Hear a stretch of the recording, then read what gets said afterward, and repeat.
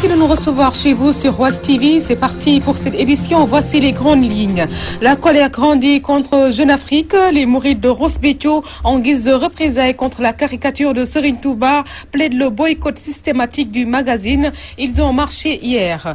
Le Djassing est malade. Cette zone qui couvre Marsassoum, Djibabouya, Sansamba et Bémet est difficile d'accès, souffre de manque d'eau et de la salinisation qui réduit les rendements des terres. Ndoga Babacar crie son mal-vivre. L'unique forage de la localité n'est pas fonctionnel depuis 24 mois et pour étancher leur soif, ses habitants sont obligés de parcourir des kilomètres. À suivre la page du sport avec Cheikh Tidiane Gomis dans la première partie de cette édition qui démarre à l'instant. Bonjour et bienvenue à toutes et à tous.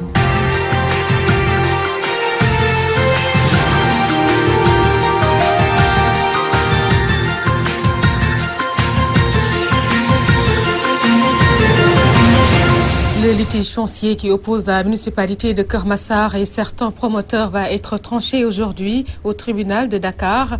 Des proches du maire qui craignent des perturbations de l'audience invitent les autorités à prendre des mesures. Voici Mohamed Sagna avec Théodore Semedo. Le conseil municipal avait délibéré les 104 hectares qui reviennent à la commune de Keur Massar au niveau, donc se situant sur la VDN. Donc sur les 104 hectares, 39 hectares donc, ont été spoliés par des spéculateurs fonciers. Le maire, en tant que personne morale de la commune, par le biais du conseil municipal, avait porté plainte contre ces spéculateurs fonciers. Donc le procès se tiendra le jeudi 4 février. Donc aujourd'hui, c'est la commune qui a porté plainte. Donc peut-être à leur niveau, donc ils ne veulent pas que l'affaire soit bouclée. Donc raison pour laquelle nous craignons un sabotage du procès. Nous demandons aux autorités de prendre toutes leurs responsabilités par rapport à ce procès. Nous voulons encore une fois que ces 39 hectares reviennent à la commune de Keur Massar parce que M. le maire a de grands projets à faire au niveau de Keur Massar. Les jeunes n'ont pas de stade. Les femmes ont besoin d'avoir des maisons de la femme. Et tant d'autres projets. Et là, il faut donc au conseil municipal, à la commune, mais d'avoir ces 39 hectares. Des populations de Ndoga Babacar dans le département de Tambacounda. Le seul forage de la localité est en panne depuis 24 mois. Ces populations parcourent plusieurs kilomètres à bord de charrettes pour étancher leur soif. Les explications avec Alassane Diallo. Située à 38 km de la capitale orientale, la commune de Ndoga Babacar qui polarise 107 villages manque d'eau. Depuis la panne de leur forage il y a 24 mois, les populations éprouvent d'énormes difficultés pour étancher leur soif. Samba Diallo, secrétaire municipal de la commune de Ndoga Babacar. Il y a beaucoup de difficultés. Vous savez, notre forage est en panne depuis presque l'année dernière. Ce mois de février fera une année ferme que le forage de Ndoga est en panne. On est resté donc une année sans eau. Les populations sont très fatiguées. On puisait de l'eau à quelques 4 km ici à Paris, à Ndiaye. Très loin. C'est à l'aide des charrettes de d'âne et de cheval qu'on parcourt la distance pour aller chercher de l'eau. On nous a dit que la nappe s'est asséchée. C'est vrai que l'État a quand même aussi là construit un nouveau puits au sein du forage. Mais le matériel qui l'accompagne tarde à venir. Autre difficulté dans cette localité de 20 000 âmes, les maigres ressources de la commune qui n'arrivent pas à satisfaire le personnel soignant du poste de santé. Mais il reste quand même beaucoup à faire au niveau de la commune, notamment pour nos 2 postes de santé en ce qui concerne le volet santé. Aujourd'hui, le personnel communautaire nous pose beaucoup de problèmes, notamment en matière de prise en charge. Nous demandons vraiment à l'État de nous aider à prendre en charge le personnel communautaire, que ce soit le personnel administratif et le personnel sanitaire. Ça pèse beaucoup sur nos budgets et nos communes ont de maigres ressources. Franchement, la commune de Ndoga n'a pas beaucoup de ressources. Il fait partie des communes les plus pauvres du Sénégal. Ces populations en marge d'une cérémonie de réception d'une ambulance médicalisée dénoncent le mauvais état des routes qui, selon elles, accentue l'enclavement. Les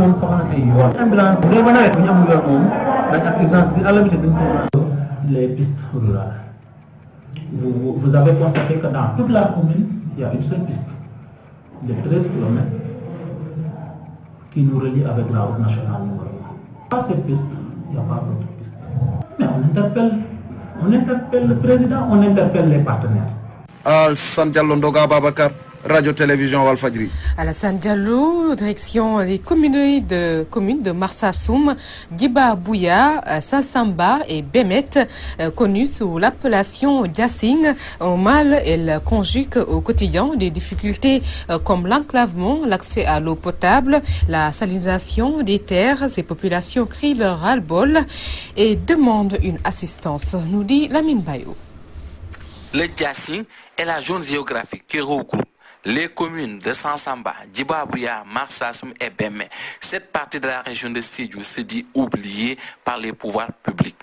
Elle est en proie aux difficultés de taille, comme la salinisation des terres, accès à l'eau potable et enfin l'enclavement. Voici ces manquements qui retiennent l'envol économique des populations. Il n'y en a pas dans la zone. On fait la queue ici. Le matin, le soir, on se bat tous les jours pour avoir de l'eau potable. D'abord, c'est difficile. On ne parvient plus à nous occuper convenablement de nos tâches ménagères. Et on l'a dit partout. Franchement, il faudrait qu'on nous aide. Donc nous n'avons pas de forage. On a seulement le puits. Il n'a pas de château. C'est un problème que j'ai une fois posé au niveau des différentes rencontres au niveau de la région de Sédhiou. Que ce soit au niveau des CDD, des CRD. C'est l'une de mes principales doléances. Donc, la lancinante question qui freine la riziculture se trouve être cette vallée qui s'étend sur plusieurs kilomètres envahie par le ciel et pourtant des programmes d'aménagement présents dans la région mais malheureusement n'y interviennent pas. Mais regardez, cette vallée aujourd'hui, s'y rendre, c'est la mort dans l'âme. On ne voit plus l'intérêt d'y aller parce que le sel a tout envahi, le sel a tout amené. Les femmes n'ont plus le courage. D'ici peu, est-ce qu'on pourra même travailler ici? Parce qu'il n'y a plus de possibilités. Franchement, il faudrait qu'on nous aide, il faudrait qu'on l'aménage. Sinon, c'est l'hécatombe, c'est la fin pour nous.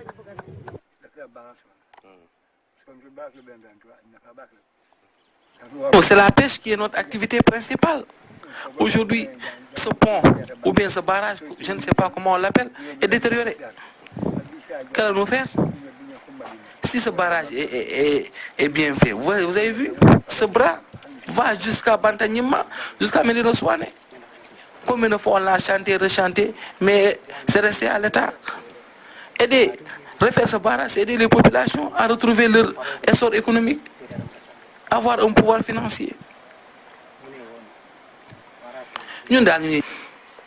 Les populations du Djassing, à les entendre, ont mal de leurs hommes politiques, car pendant plusieurs décennies, des ministres et autres hommes forts des régimes se sont succédés. Mais leur position dans le dispositif gouvernemental ne leur a pas profité. Ainsi, elles appellent à plus d'assistance pour que le calvaire qu'elles vivent s'en aille. Sédhiou, Walfadjri Radio TV, Lamine Bayo. Lamine Bayo, direction Canel, où les transporteurs de la gare routière ont manifesté leur colère eux aussi. Ces derniers exposés au quotidien à l'insécurité faute d'électricité et de toilettes au niveau de leur garage dénoncent le mauvais état des routes qui a fini de causer beaucoup de tort aux usagers de la région de Matam. Suivant cette correspondance de Aboukan. Confrontés à des tracasseries de toutes sortes, dans le département de Canel, ce sont les transporteurs qui ne savent plus où donner de la tête. À la gare de la ville, les nombreux chauffeurs trouvés sur place sont dans tout leur état. Et pour cause, ces transporteurs se disent victimes du mauvais état de leur route. Pire encore, le secteur ne nourrit plus son homme. Ce qui nous fatigue le plus ici, c'est le prix du gasoil et le mauvais état des routes. Et si jamais on nous réglait ces deux problèmes, c'est sûr qu'on pourra beaucoup investir. Nous n'avons aucune sécurité ici. Et imaginez que dans presque toute la zone, il y a défaut de brigades de gendarmerie. Ces transporteurs qui joignent difficilement les deux bouts réclament plus de sécurité dans leur garage. Ce qui nous embête le plus ici encore, c'est l'insécurité. D'ailleurs, il y a beaucoup de femmes qui veulent ouvrir des restaurants dans ce garage. Mais à cause de cette insécurité-là, elles ont peur de le faire. Quant aux cantines aussi, elles sont trop chères. Ici, il n'y a ni courant ni eau et c'est ce qui fait que les toilettes ne sont pas fonctionnelles.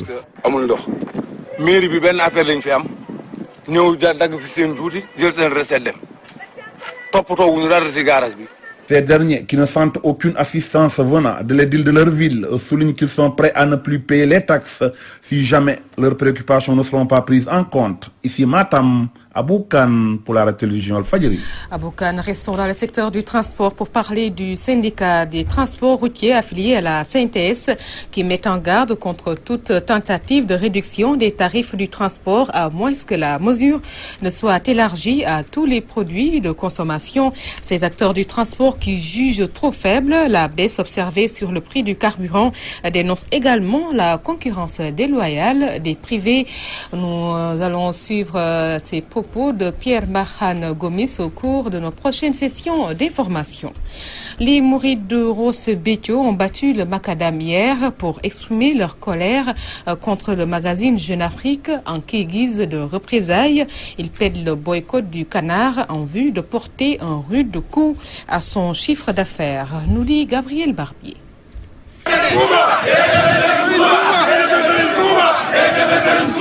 Dans le nord du pays, après Richard Toll et Dagana, Ross Béthio a battu le macadam pour crier sa colère contre le magazine Jeune Afrique.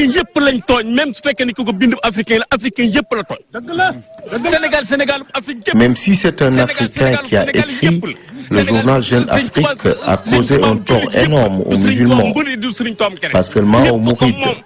Car Serigne Touba est un personnage universel, multidimensionnel. C'est un modèle pour tout le monde. Maintenant, c'est trop facile de s'excuser après avoir commis l'irréparable. C'est la recherche effrénée de profit qui les a poussés à agir de la sorte. C'est sûr qu'après la sortie de ce fameux numéro, ils ont vu leur chiffre d'affaires grimper. Aujourd'hui, nous pensons qu'il faut s'abstenir d'acheter Jeune Afrique, histoire de leur donner une leçon.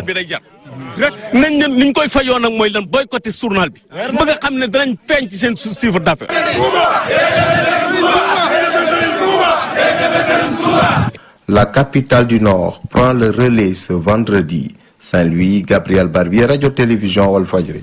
Le combat contre le redéploiement s'intensifie au lycée Malick Sy de Thiès. Les enseignants ont décidé d'aller en débrayage ce jeudi à partir de 9h, suivi d'une grève totale le vendredi et samedi. Ils préviennent les autorités sur les risques d'embrasement à partir de Thiès. Écoutons à ce propos Ali Wening, le porte-parole de ces enseignants, interrogé par Gorgui Sambagnaï. Il a été retenu une grève, un débrayage donc demain à partir de 9h et une grève totale le vendredi et le samedi. Le lundi prochain également, nous entendons observer un débrayage sur l'ensemble du département. Et le mardi, non seulement on va observer un débrayage, mais ce sera le pic parce que nous allons également organiser un grand sitting au niveau de l'académie de Thiès pour démontrer à Madame l'inspectrice et au ministre que nous ne sommes pas prêts à cautionner une telle forfaiture. Nous n'entendons pas accepter ce redéploiement aussi arbitraire ou aussi insensé. Par la preuve technique, nous avons démontré que ce redéploiement n'est pas juste et c'est pourquoi Madame Lia fouille aujourd'hui les syndicats et ne veut pas faire face à nous et faire face au débat. Nous disons également au ministre de l'Éducation nationale que l'embrasement va commencer à partir de Thiès. Figurez-vous aujourd'hui qu'à Tivaouane, hier et aujourd'hui, ils ont observé une grève totale pour dénoncer les redéploiements. À Louga, au moment où je te parle, ils sont également en grève pour dénoncer cet arbitraire. Nous ne craignons rien parce que nous sommes des croyants et le croyant ne doit pas être animé par la peur. Et nous disons également à tous ceux-là qui pensent que nous allons reculer pour des raisons de peur ou de coupure de salaire, que ça n'aura pas lieu. Et le jour où ils tenteront effectivement de nous sanctionner, ils verront d'autres initiatives, d'autres actions ponctuées par l'ensemble des syndicats parce que justement un enseignant est un enseignant et c'est l'enseignant qui est victime à Thiès. Parlons du comité directeur du Parti démocratique sénégalais qui s'est réuni ce mercredi à la permanence de leur parti. Les responsables s'indignent et dénoncent ce qu'ils qualifient de détention arbitraire de leurs camarades.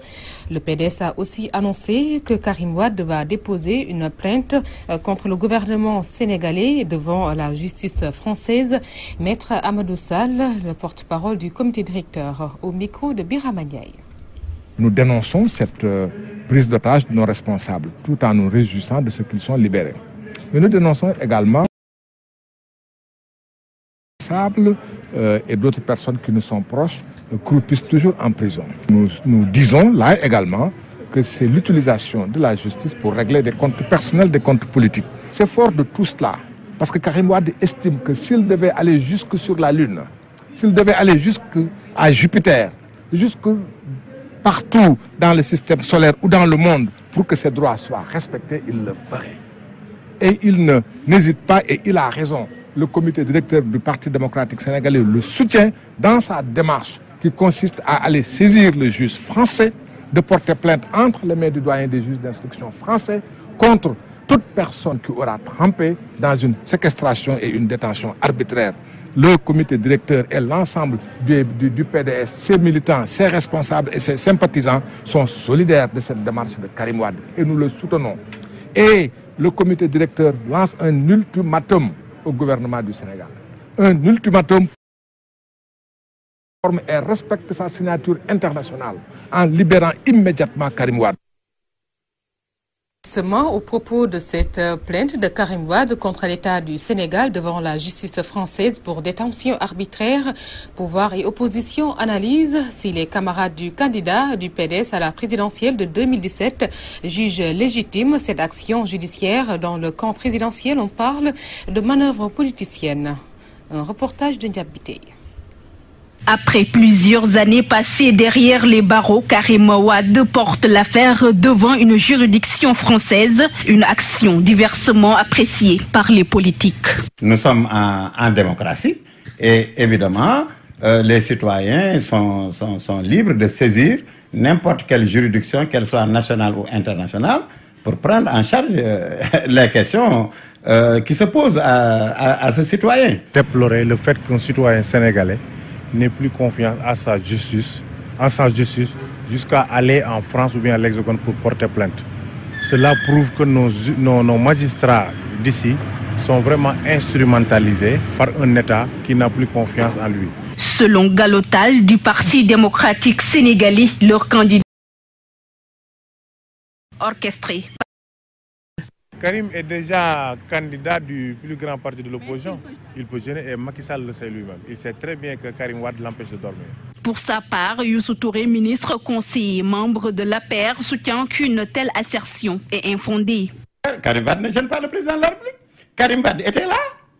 Quand le président Macky Sall était candidat, s'est porté candidat à l'élection présidentielle de 2012, Karim Wade était là. Quand ce monsieur-là n'a pas pu gagner son propre bureau de vote, le président Macky Sall ne craint que Dieu.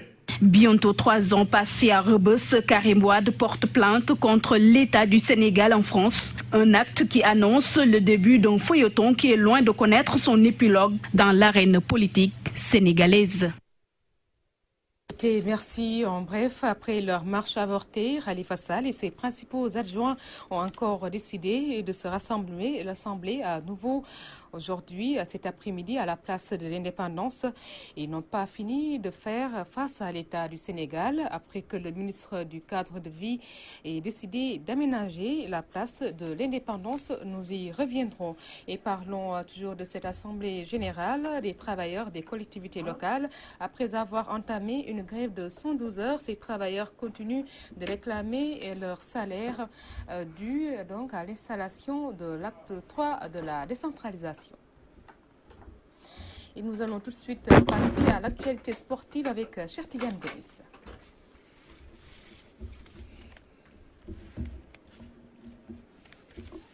Voilà, Merci à Fatou Diouf Faye. Oui, c'est vrai, oui, allez-y. Vous allez nous parler du football classement FIFA. Les Lions du Sénégal retrouvent le top 5 africain. Oui, effectivement, le Sénégal gagne une place dans le classement FIFA paru ce jeudi. Oui, les Lions sont dans le top 5, c'est vrai. Top 5, pourquoi? Parce que les Lions gagnent une place, donc de la 6e à la 5e place au classement des équipes africaines qui, je vous le rappelle, est dominée par la Côte d'Ivoire, 2e l'Algérie, 3e Ghana et 4e le Cap-Vert. Donc au plan mondial, le Sénégal fait... Pourquoi? Parce que les Lions restent toujours à la 45e place du monde. La bonne nouvelle est que si les Lions maintiennent cette position au classement des équipes africaines jusqu'au mois de juin, le Sénégal sera tête de série du prochain tirage au sort des phases de poule de la Coupe du Monde 2018. Donc vous voyez, ça c'est pour le moment une bonne nouvelle que les Lions gagnent une place au classement FIFA des pays des équipes africaines. Chan Football, Chan 2000 au Rwanda. Le second finaliste sera connu cet après-midi lors du entre le Mali et la Côte d'Ivoire. Oui, Mali, Côte d'Ivoire, tout à l'heure à 14h à Kigali, dans cette confrontation entre de l'Afrique de l'Ouest, on passionnant, parce que jamais gagné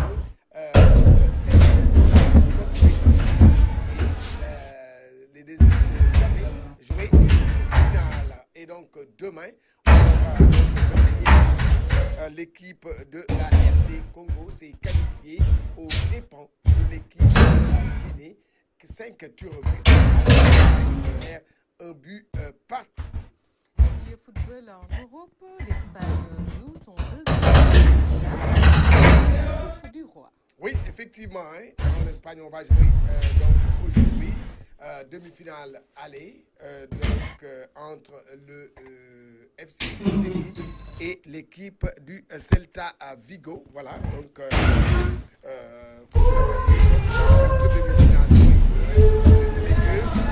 et c'est 7-0 en faveur du FC Barcelone devant le FC Valence. Et voilà, donc les Catalans ont sorti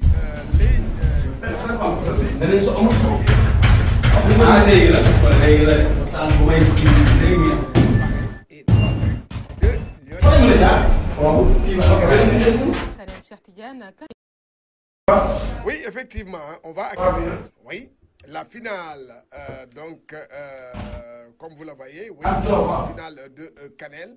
Comme vous le voyez, l'ASC Cité Forage de Dembankani a été sacrée championne du département de Canel. Elle a battu en finale l'ASC Cité Forage 2-1 face à Manchester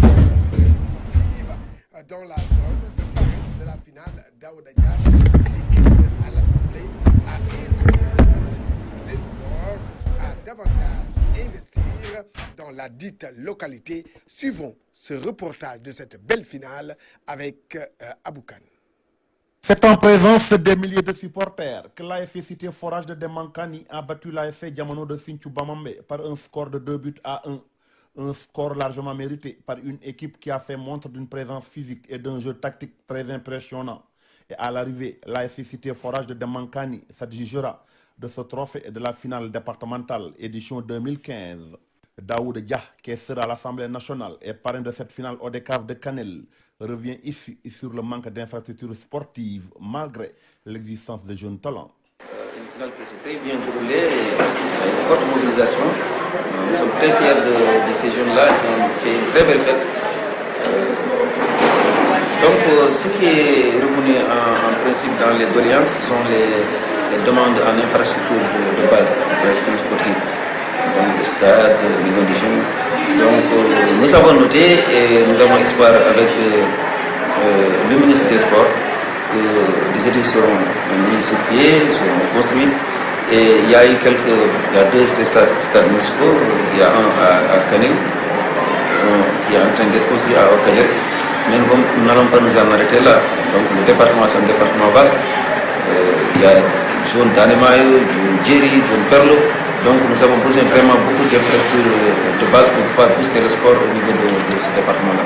Des jeux de maillots, trophées et de nombreuses enveloppes ont été remis aux vainqueurs, vaincus et aux différentes ASC de la zone. Pour rappel, l'ASC Cité Forage représentera le département de Kanel aux phases régionales dont la date reste encore inconnue. Ici Matam, Aboukan pour la télévision Al-Fadjri. La finale n'a pas colère des dirigeants liés au manquement noté dans le domaine du sport. Le président de l'ODCAV n'a pas raté les responsables politiques du terroir. Il invite ces derniers à utiliser leurs ressources pour le développement de la région de Matam. Je vous propose d'écouter Abdourahmane Abba, président de l'ODCAV de Kanel. Il y a des gens qui ont eu des postes de responsabilité. On les a nommés des postes de responsabilité. C'est pourquoi c'est pour accompagner l'État par rapport à ces projets, mais aussi accompagner les jeunes à la base. Par contre, il n'y a aucun, je dis bien aucun. Chacun d'entre eux, il ne pense qu'à sa propre localité. Certains, même ça c'est rare même de voir. Il y a certains qui sont pareils dans leur localité, ils n'ont pas le choix. Mais pareil pour le département, pareil pour le régional, pour la région. Il y a que le il n'y en a pas deux. Ça, je le dis haut et fort. Et j'assume en tant que président de l'ODCAV. J'assume en tant que vice-président de l'ODCAV. J'assume en tant que membre du comité directeur de l'ONCAV. J'assume ce que je dis. Nous avons un manque d'infrastructures dans le département. Ça, je l'ai dit, ça fait 2 ans. Il ne faut pas qu'il y a que les stades municipaux de Kanel que vous voyez, qui n'est même pas éclairé. Il y a un problème de projecteur. Et par la suite, je lance un appel au ministre des collectivités locales, qui avait à son temps décidé, le ministre des collectivités locales qui avait à son temps décidé de nos emplois des projecteurs. Mais jusqu'à présent, rien n'a été fait. Je crois que nous lançons un appel au président de la République, à notre ami et frère, M. Matarba, qui est le ministre des Sports, un ami du mouvement Nawetan, qui nous accompagne dans le mouvement Nawetan. Nous lui sollicitons de nous accompagner sur les projecteurs pour le stade municipal de Kanel. Voilà, c'était le président de l'ODCAV de Kanel, Abdourahmane Daf. Et karaté pour clore, l'Open de Diourbel ce samedi pour permettre aux combattants et combattantes pour compétir, n'est-ce pas? Le combattant sénégalais a du mal à s'imposer ces derniers temps sur le plan international. Leur seul handicap, c'est le manque de compétition sur le plan local pour s'aguerrir. C'est le sentiment de l'ancien champion du monde de karaté, Mamadou Ali Ndiaye, que je vous propose. C'est inadmissible parce que personne ne peut comprendre, parce qu'un athlète qui performe, c'est un athlète qui compétit. Un athlète qui n'a pas de compétition ne peut pas aller loin. Je suis désolé, tu peux être bon, tu peux. Mais si tu n'es pas compétitif, tu ne peux pas aller loin. Et le problème aujourd'hui du karaté, le problème du karaté Sénégal, c'est ça. C'est que les athlètes les combattants n'ont pas assez de compétition pour pouvoir se mesurer aux autres. Quand tu vois bien aujourd'hui en Europe, toutes les athlètes, pour te dire que tous les mois, ils ont 1 ou 2 compétitions à faire. Donc, une personne qui compétit tous les mois ne peut pas rivaliser avec quelqu'un qui compétit 1 fois ou 2 fois, 3 fois dans l'année. Je suis désolé. Ça, c'est une vérité qui est là. Aujourd'hui, le Poun du Bawol représente beaucoup de choses, je pense, que pour toutes les personnes qui pratiquent le karaté, parce que c'est une compétition de très haut niveau. Là où on a au moins 200 participants ou 250, je pense que c'est énorme. Voilà, donc c'était le champion du monde de karaté, Mamadou Ali Ndiaye, qui ferme ce journal des sports. Nous vous retrouvons dans nos prochaines éditions. Merci. Diane, merci à vous aussi. Et c'est avec vous que se referme ce journal qui a été assuré du côté technique par Adjaratou Penda Dialogué, coin esthétique. Merci à Aminata Mey. Merci également à Ousmane Sen. La suite de votre programme sur Walf TV, c'est donc le magazine de la rédaction présenté de l'autre côté par Maman Tandour. Merci d'avoir suivi et votre fidélité, notre fierté.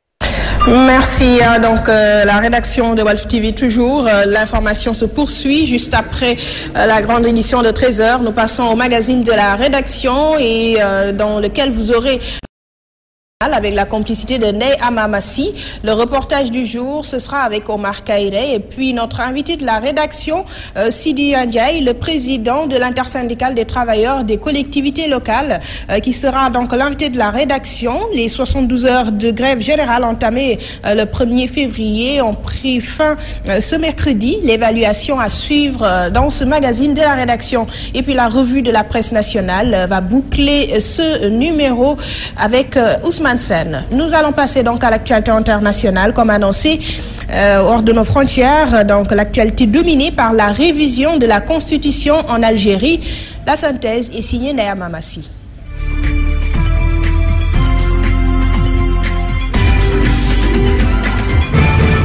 Le Parlement algérien s'est réuni pour voter un projet de révision de la Constitution qui rétablit la limitation à 2 du nombre de mandats du président et interdit aux binationaux les hauts postes dans la fonction publique. Une mesure qui suscite la colère dans la communauté franco-algérienne. Ce toilettage de la Constitution a été voulu par le président Abdelaziz Bouteflika dans le but affirmé de consolider la démocratie dans le contexte du printemps arabe qui a peu affecté l'Algérie. Réunis en congrès, les 2 chambres du Parlement, dominées par des partisans de M. Bouteflika, devraient adopter sans surprise dimanche le projet qui sera présenté jeudi par le Premier ministre Abdelmalek Sellal. Il n'y aura ni débat ni nouvel amendement. Le texte est en revanche critiqué par l'opposition, dont certains députés boycotteront le vote. L'explosion qui a trouvé le fuselage d'un avion de ligne somalien et l'a contraint mardi à un atterrissage d'urgence à Mogadiscio a potentiellement été causé par un engin explosif à bord, selon des déclarations du pilote mercredi.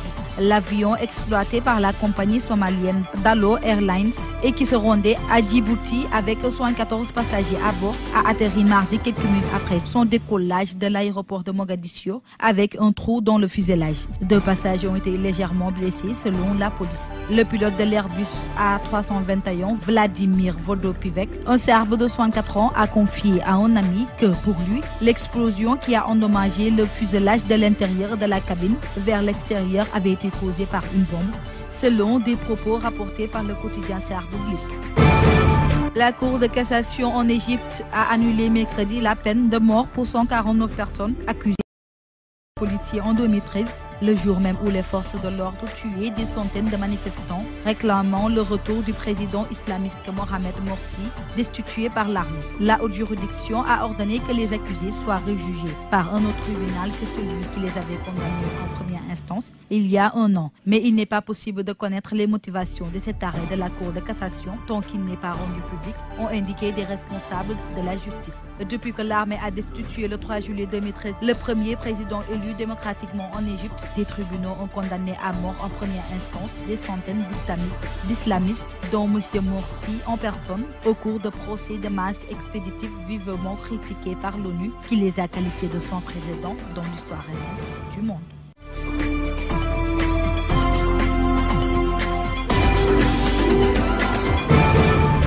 Merci à vous, Néa Mamassi. Nous passons à présent au reportage du jour. Ce n'est pas demain que les sortants du Centre national populaire, donc de l'éducation sportive de Thiès, vont recevoir leurs affectations au ministère de l'Éducation nationale. Ces derniers ont été éconduits par le directeur des ressources humaines. Ces sortants du SNEPS ont crié le ras-le-bol et comptent poursuivre le combat. Ils étaient donc en rassemblement ce mercredi à la gare routière de Dakar. Nos reporters Omar Karé et Pape Moudoufaï étaient sur place. Ils ont espéré rentrer à Thiès avec une bonne nouvelle. Mais les sortants du Centre national d'éducation populaire et sportive de Thiès, CNEPS, qui sont venus rencontrer le ministre de l'Éducation nationale pour discuter de leur situation de chômage, ont très vite déchanté. Notre itinéraire, c'était de voir le ministère. On est allé, on a rencontré le directeur. On en a parlé, mais ils ne nous ont pas rassurés. Ils ne nous ont pas rassurés. S'ils doivent prendre, ils vont prendre par besoin, ou bien ils n'ont pas demandé au CNEPS de recruter, de faire une formation qui que ce soit. Donc nous, on tend la perche au ministère. Ils n'ont qu'à faire ce qu'ils doivent faire. On en a marre. Présent lors de ce rassemblement, le coordonnateur des maîtres d'éducation physique du Sénégal, Alioune Chimère Diouf, soutient que les autorités sont responsables du calvaire auquel font face ces sortants du CNEPS. Il y a deux structures de formation au Sénégal, c'est l'INSEPS et le SNEPS. L'INSEPS, à l'université. Donc, l'université, c'est des facultés qui offrent des formations. Maintenant, quand vous sortez de l'université, l'État n'est pas engagé pour vous prendre. Mais au niveau du SNEPS, ce que vous ne savez pas, le SNEPS est une direction du ministère des Sports. C'est une direction. Donc, c'est le ministère des Sports qui a donné l'autorisation au SNEPS de faire une formation payante. Dès l'instant où cela est fait, il faudrait que l'État s'assume et prenne, et non seulement sorte ce décret, mais recrute ces enseignants qui sont sur le terrain. Parce qu'on a un besoin énorme en enseignants d'éducation physique au niveau du Sénégal. Très remontés contre le gouvernement, ces anciens pensionnaires du CNEPS exigent leur affectation et la signature du décret de leur statut. Nous sommes issus de la deuxième promotion. La deuxième promotion et la troisième promotion sont là présents. Et nous demandons que l'État fasse quelque chose pour nous. Parce que l'heure est grave. Ils sont 89 à courir derrière une affectation.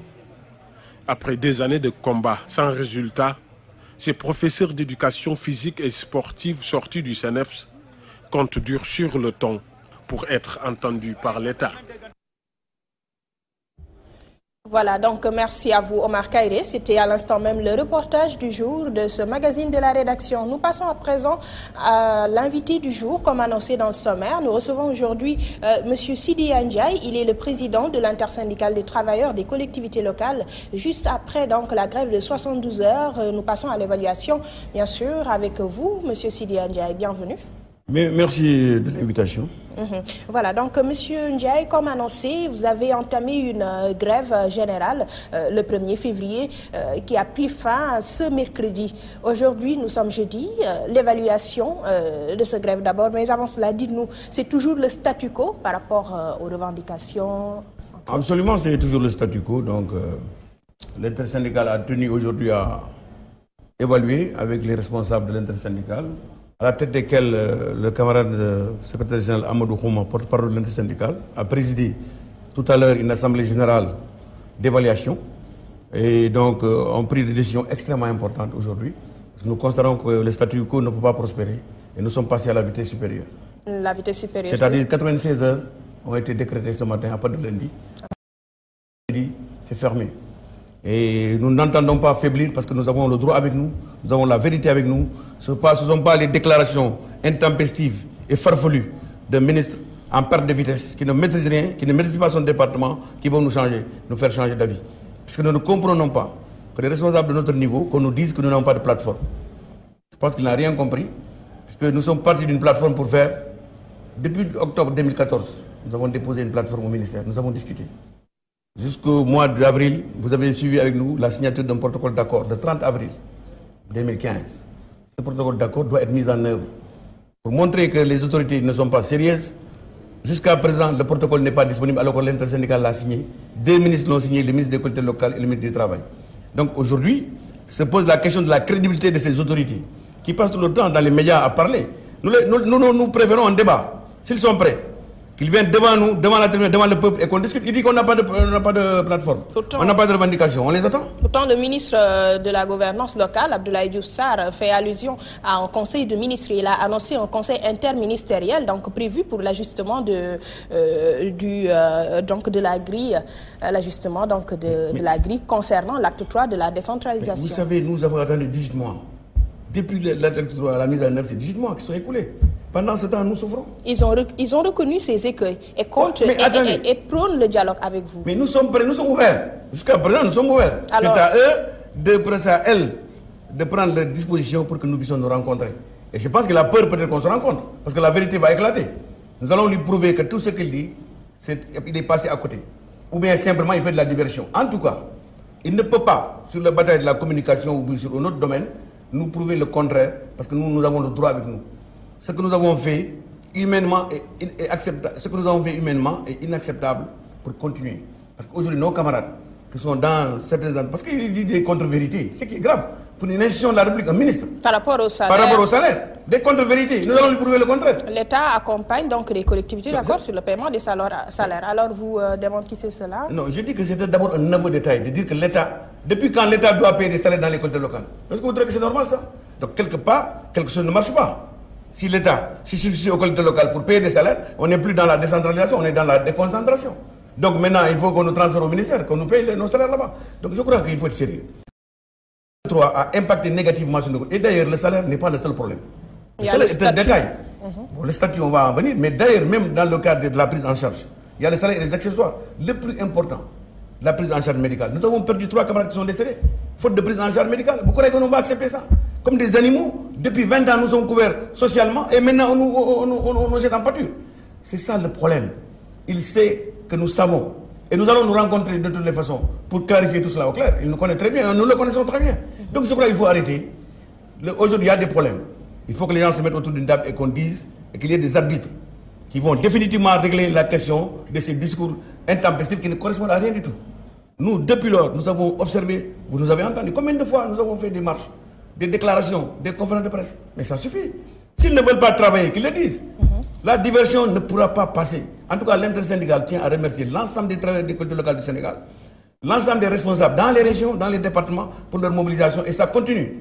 Par rapport à la mobilisation, cette mobilisation, est-ce qu'il y a eu un impact? Parce qu'au niveau de certaines collectivités locales ou certaines mairies, on trouve qu'il y a le service public qui se poursuit. Donc ceux que vous appelez les défaillants, il y a des contractuels qui ne respectent pas le mot d'ordre. Alors dites-nous, est-ce que l'impact est satisfaisant? Vous avez bien parlé de contractuels. Vraiment, nous, on ne va pas s'attarder sur cela. Je pense que nous sommes en démocratie, nous ne sommes pas des gens violents. Nous n'avons mené aucune action pour véritablement s'occuper de ces questions. Je sais que l'ensemble des travailleurs, en tout cas, la majorité des travailleurs sont en grève. Et c'est ça qui est important. Le reste, ils n'ont qu'à s'occuper de ça.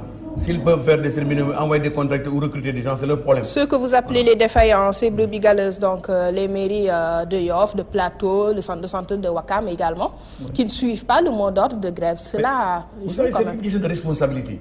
Nous sommes majeurs.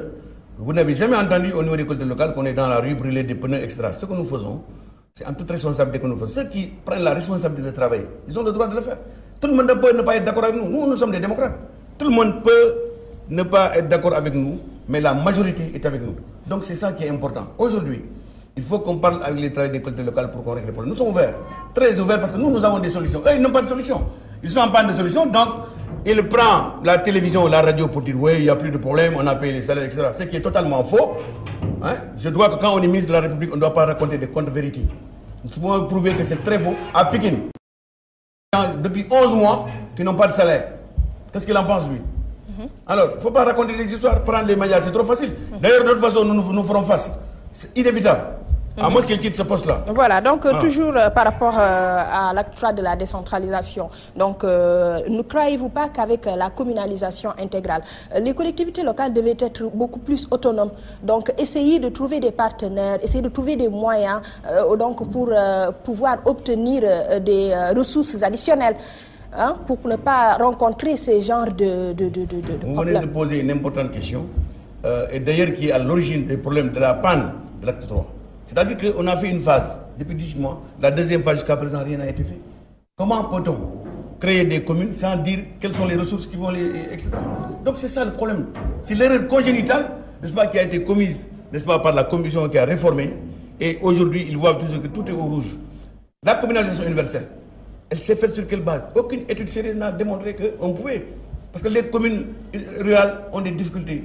Or, une collectivité locale, lorsque financièrement elle ne peut pas être autonome, ce n'est plus une collectivité locale. Il faut l'appeler autrement. Donc voilà les problèmes. Et c'est là qu'il y a de l'échec total. Parce qu'on prend un certain nombre de villages, mais ça n'existe nulle part.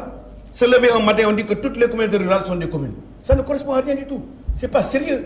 Donc je crois que quand on se trompe, nous sommes dans un pays, vraiment nous sommes en Sénégalais. Vous, syndicat, avez signé ce papier, avez paraphé ce papier. Vous n'étiez donc tous ces points. Mais la loi là, a été votée à l'Assemblée, nous on n'a rien paraphé. La communauté universelle, vous l'avez suivi le processus. Nous avons montré notre désaccord dès qu'on a voulu supprimer les régions. Nous n'étions pas d'accord. Pas simplement pour la défense des travailleurs, mais de l'outil de travail. Ils ont dit qu'ils vont faire 45 départements. Mais vous supprimez 14 régions, vous créez 45 avec des difficultés. Donc aujourd'hui, tous ces départements sont dans des difficultés. Est-ce que c'est le rôle de l'État maintenant est-ce que les élus locaux, leur mission c'est de payer des salaires? Je vous pose la question. Et l'investissement, qu'est-ce qu'on en fait? Les compétences transférées, c'est pas que le personnel. Le personnel fait fonctionner. Est-ce que la collectivité locale, sa mission, c'est de faire des dépenses de fonctionnement tout court? Ils ont été élus sur un mandat de 5 ans. S'ils ne font pas de résultats, les populations vont les balayer. Donc, il faut donner des ressources aux collectivités locales, si on veut que ça marche. Les collectivités locales ne doivent pas essayer de chercher des ressources additionnelles. Elles doivent chercher des ressources, mais il faut qu'on leur définisse le cadre dans lequel ils doivent agir. Que la loi soit votée, que la fiscalité locale, qu'on dise que qui doit prendre compte. Que tout cela soit clair, mais rien n'est clarifié jusqu'à présent. Peut-être que maintenant, ils ont vu que ça ne marche pas. Il n'y a pas que nous, les élus locaux ont parlé. Tout le monde a parlé. Il y a des maires qui soutiennent la grève toujours. Hein, et là, Abdoulaye Diouf Sarr a parlé de délégation spéciale. Mais vous savez, il n'a qu'à prendre ses responsabilités. Moi, je ne parlerai pas au nom des maires, qui sont de grands garçons, majeurs et vaccinés. Il n'a qu'à parler avec ses collègues. Ils le connaissent très bien. Ils se connaissent. Mais il n'est pas le ministre. Je dois simplement préciser que lui n'est pas le ministre des maires. Mais on peut lui concéder cela du moment où on parle de continuité de service public. Il n'y a pas de problème. Il y a des centres de santé où les urgences doivent être je dis qu'aujourd'hui, la marge je peux appeler ça marge d'erreur ou de truc est minime. L'essentiel des forces, en tout cas, sont en arrêt. Donc ce qu'ils doivent faire, ce n'est pas de chercher tel travail ou machin travail. Il y a un problème qui est reconnu. Il faut qu'on se mette autour d'une table et qu'on prenne des arbitres. On saura qui a raison et qu'est-ce qu'il raconte l'histoire. C'est lui qui fait de la politique politicienne. Et je crois qu'il doit bien réfléchir. S'ils veulent aider les présidents de la République, ce n'est pas en lui créant des foyers de tension. C'est ça leur responsabilité. Lorsqu'on est incompétent, on est incapable, on dégage le plancher. On ne peut pas passer son temps à raconter des histoires. Et de toute façon, nous allons croiser le fer. Avec lui. Pour finir, Sidi Ndiaye, donc nous allons terminer par là. À quand l'alternance donc à la tête de l'intersyndicale que vous Oui, c'est une question interne que nous gérons. Nous sommes en crise. Nous sommes en train de lutter. Donc il n'y a pas de problème. L'intersyndicale marche très bien. Je suis le président de l'intersyndicale, Amadou Khouma de la synthèse et le vice-président est chargé de la communication porte-parole. Depuis, on peut changer, on peut espérer une alternance. Mais absolument, ça dépend de nous. Hein. Ça dépend de nous. Ce n'est pas à l'heure ou bien le combat. Non, ce n'est pas à l'heure parce qu'il ne faut pas nous divertir par des problèmes de responsabilité. Je crois que aujourd'hui, je n'étais pas moi à l'Assemblée nationale. C'est là le camarade Amadou Khouma qui a présidé et bien présidé l'Assemblée nationale. Où est le problème? On n'a pas de problème. Il ne faut pas que ça vraiment c'est notre cuisine interne et nous allons nous en occuper. Demain, X ou Y peut être présent. Nous nous connaissons très bien. Nous sommes entre camarades. Nous avons même dépassé la camaraderie. Nous travaillons en parfaite intelligence et en synergie. Et l'ensemble des syndicats, en tout cas membres de l'intersyndicale, vraiment travaillent dans la loyauté. Et vraiment, moi je me félicite que je sois porté à la tête. Et jusqu'à présent, tant qu'ils me renouvelleront confiance, je le ferai. Mais lorsqu'ils décideront, en toute liberté, en toute démocratie, de passer la main à quelqu'un d'autre, je le ferai. Il n'y a pas de souci. Mais mon objectif, c'est que les travailleurs des collectivités locales en ont assez d'être traités, parce qu'il y a d'autres questions que je ne vous ai pas dit. À Richard Toll, nos camarades de la santé ont vu leurs primes supprimées. Les primes de santé qui ont été payées depuis des années. C'est au niveau des collectivités locales qu'on ne comprend pas. C'est comme si nous, on est des gens de seconde zone. Et là, il y a certains travailleurs des collectivités locales qui réclament le retour à la ville de Dakar. Absolument. L'opération Nibi. Ça, c'est dans les villes. À Thiès, à Guédiawaye, à Pikine, à Dakar. N'est-ce pas? Les villes qui ont en même temps les compétences de ville, de communes donc, et de départements, où on a vu des phénomènes de retard extraordinaires, des phénomènes d'absence de couverture médicale. Parce que tout cela a été fait dans l'improvisation et dans l'impréparation. Je crois qu'il faut être sérieux. Il y a des réformes, lorsqu'on les fait, on doit faire des tests pour voir est-ce que ça peut marcher. Même la fiscalité qu'ils vont faire, la deuxième phase. Mais tant que vous ne testez pas, est-ce que ce qu'on donne aux communes, elles peuvent recouvrer? Parce qu'il y a ce qu'on appelle des impôts, presque des codes non recouvrables. Vous faites des trucs sur le foncier bâti, parfois c'est difficile de recouvrer ça. Donc il faut que tout cela... C'est-à-dire qu'il faut qu'on soit intelligent. Nous avons quand même connu l'expérience de la décentralisation. Le Sénégal était un laboratoire. Maintenant, nous sommes derrière à cause de cet acte 3 qui est sorti de nulle part par des gens, des universitaires, qui n'ont jamais été maires, jamais été conseillers municipaux, qui ne connaissent rien de la décentralisation et qui vont nous mener en bateau et qui ont induit le président dans des erreurs. Nous sommes très ouverts, nous n'avons pas de problème, nous ne tirons sur personne parce que nous considérons que s'ils veulent que les choses marchent, il faut qu'ils écoutent les travailleurs. C'est nous qui faisons tourner la machine. S'ils nous écoutent, il y a des solutions. Je vous dis, dans moins d'une semaine, on peut trouver des solutions de crise. Okay. Nous avons des solutions pratiques et nous pouvons le prouver dans le cadre d'un débat qu'ils viennent ici, qu'il prouve que ce qu'il dit est vrai et nous allons le contredire parce que véritablement, je pense que lui n'a rien compris. Donc, vivement le dialogue entre l'intersyndical et le gouvernement. Aucun souci, ce n'est pas parce que nous parlons vigoureusement que nous ne sommes pas ouverts. Nous sommes très ouverts parce que nous n'avons pas peur de discuter. D'accord. Nous avons des solutions et nous sommes prêts à discuter. Mais ce que nous n'acceptons pas, c'est que véritablement nous mettent dans un débat stérile qui n'apporte rien aux Sénégalais aujourd'hui. Aujourd'hui, on prive les gens de services sociaux de base simplement par cette déclaration intempestive. Tous les travailleurs sont remontés contre lui. Il n'a qu'à descendre dans les communes locales, il verra. Monsieur Sidi Ndiaye, la rédaction de Walf TV vous remercie. C'est moi qui vous remercie infiniment pour nous avoir donné l'occasion de nous exprimer. Merci beaucoup. Donc, nous allons vous retrouver dans la deuxième partie en version Kocc Barma, toujours avec vous comme invité du magazine de la rédaction. Nous passons à présent à la revue de la presse nationale, la guerre des robes au palais de justice. Les juges appuyés par les procureurs et le groupe des avocats de Maître Mbaye Gueye, les procès, ou bien même le procès Habré, le procureur général Mbacké Fall va requérir la perpétuité et demander la confiscation de tous les biens du président Habré pendant la poursuite. La revue de la presse Ousmane Sène.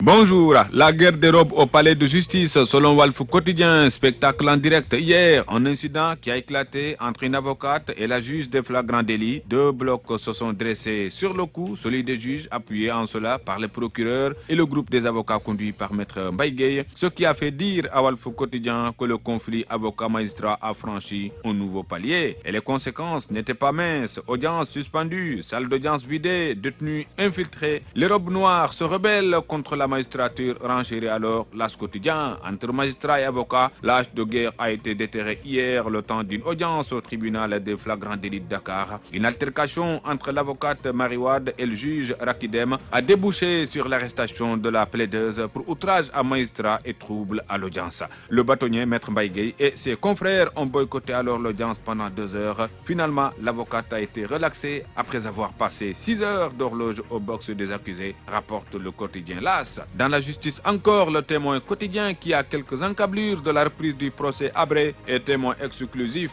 Le procureur général Mbacké Fall va requérir la perpétuité. Il va aussi demander la confiscation de tous les biens du président Habré saisis pendant la poursuite. Révèle le journal Le Témoin. Diène Farba Sarr, Khalifa Sall, ils attisent le feu. Le Populaire nous informe encore du bras de fer autour de l'aménagement de la place de l'Indépendance. Le ministre du Renouveau urbain lance un défi au maire de Dakar sur son projet. Ce dernier sonne la mobilisation à l'hôtel de ville cet après-midi. C'est chimérique, lance Diène Farba Sarr, repris dans Grand Place, ce qui fait dire à Grand Place que Diène Farba Sarr refuse l'indépendance à Khalifa. L'APR, mauvaise perdante selon la tribune qui parle de mobilisation contre le maire, tentative de sabotage. Comment Khalifa Sall perd maquis? La tribune le sait depuis le cinglant revers que Khalifa Sall a infligé à l'APR lors des dernières élections locales. Pour le soutien du PS à Khalifa Sall dans ce conflit avec l'État, enquête voit un jeu d'équilibriste, le Parti socialiste du Chiad Khalifa et compagnie, d'aller vers une confrontation. Ousmane Tanor Dieng promet de s'investir pour arrondir les angles, à en croire encore le journal Enquête. L'aménagement de la place de l'Indépendance pousse d'ailleurs le journal Le Quotidien ce matin à revenir sur les incongruités de l'acte 3 de la décentralisation. L'aménagement des places est une compétence transférée, mais l'autorité locale peut en être privée du fait de l'article 288. Tanor veut jouer le médiateur entre Khalifa et Diène Farba Sarr.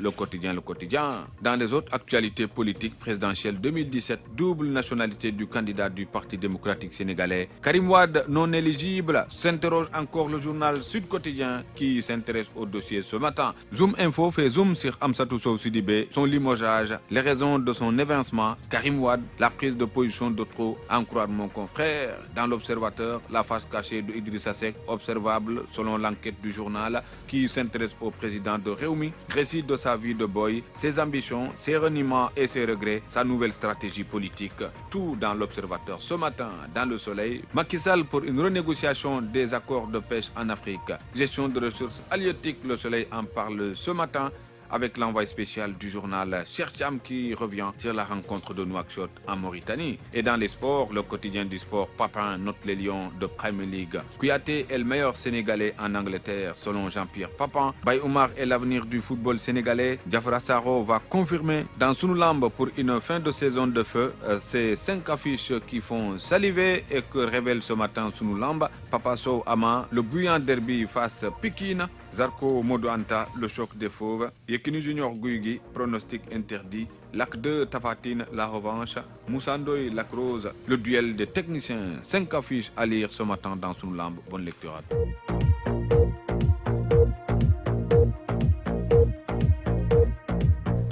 Merci à vous, Ousmane Sane, pour la revue de la presse nationale. Nous allons passer donc au journal de 14h. Ce sera tout de suite avec la rédaction en compagnie de Seydina Omar Ba pour le journal en version Kocc Barma. Merci à Mam Sidi Diop, il était du côté de la régie, Aminata Mbaye pour la touche esthétique, et puis à Ousmane Sane qui a réalisé, coordonné ce magazine de la rédaction. Je vous retrouve juste après le journal de 14h. Ce sera pour la deuxième partie.